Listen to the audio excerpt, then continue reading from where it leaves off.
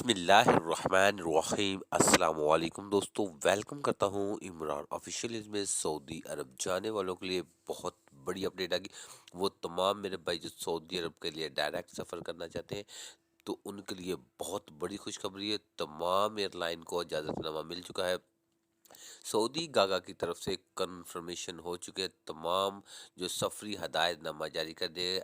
आपको सफ़र से पहले क्या करना पड़ेगा और किस दिन से आप सफ़र कर सकते हैं, तमाम की तमाम जो रिक्वायरमेंट इन लोगों ने शो कर दी हैं। तो एयरपोर्ट पर भी आपकी क्या चेकिंग होगी, तो आपको इस किस चीज़ का ख्याल करना पड़ेगा, वो तमाम की तमाम तफसीलात का पता चल गया। और आप किस दिन से सऊदी अरब का सफ़र कर सकते हैं, तो तमाम के तमाम सबूत आपके साथ शेयर करने से पहले अपने प्यारे से दोस्तों से गुजारिश करते हैं, वीडियो अच्छी लगी तो वीडियो को लाइक और चैनल को सब्सक्राइब कर लें। सऊदी गागा की तरफ से कन्फर्म ये कर दिया गया है कि तमाम वो मेरे भाई जो हकामा होल्डर हैं, न्यू वर्क वीज़े वाले या विजिट वीज़ा वाला, तमाम के तमाम 72 घंटे पहले पीसीआर टेस्ट लाजमी करना होगा।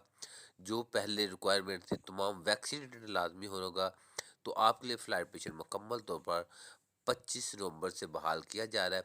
ये सऊदी वजारत दाखिला और सऊदी वजारत सेहत की तरफ से कल के दिन एक बहुत बड़ी मीटिंग हुई थी, उसमें यह फैसला हो चुका है।